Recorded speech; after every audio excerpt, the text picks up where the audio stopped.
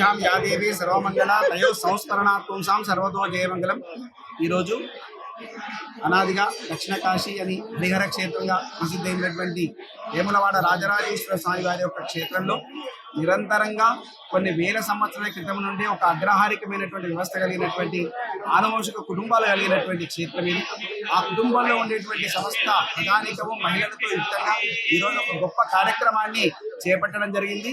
స్వామివారికి అనుబంధ దేవాలయమైనటువంటి భీమేశ్వర స్వామి వారి యొక్క ఆలయంలో విశేషించి ఈశ్వరుడు అభిషేక ప్రియుడు కాబట్టి ఆయనకి శతరుద్ర సంఖ్యాక విశేషమైనటువంటి రుద్రాభిషేకం, అలాగే ఎన్నో ఏళ్ల నుంచి ఎంతో మంది ఉపాసనా పనులు సిద్ధి పొందినటువంటి హనుమ వెలిసినటువంటి క్షేత్రం ఇది. అశ్వత్థనారాయణ సహిత వీరాంజనేయ స్వామి వారి యొక్క ప్రీత్యర్థం సహస్ర సంఖ్యాక అంటే 1000 మార్లు మన్నిసూక్తి ద్వారా మహాభిషేకము. ఈ రెండింటి యొక్క దశాంశ హవన కార్యక్రమాన్ని చేసి అగ్నిముఖావై దేవాహ కాబట్టి దేవతలందరూ కూడా అగ్నిముఖులు కాబట్టి ఆ అగ్నిముఖం ద్వారా ఆవిర్భాగాన్ని సమర్పించడం జరిగింది. జయాది పూర్ణాహుతి కార్యక్రమం చేయడం జరిగింది.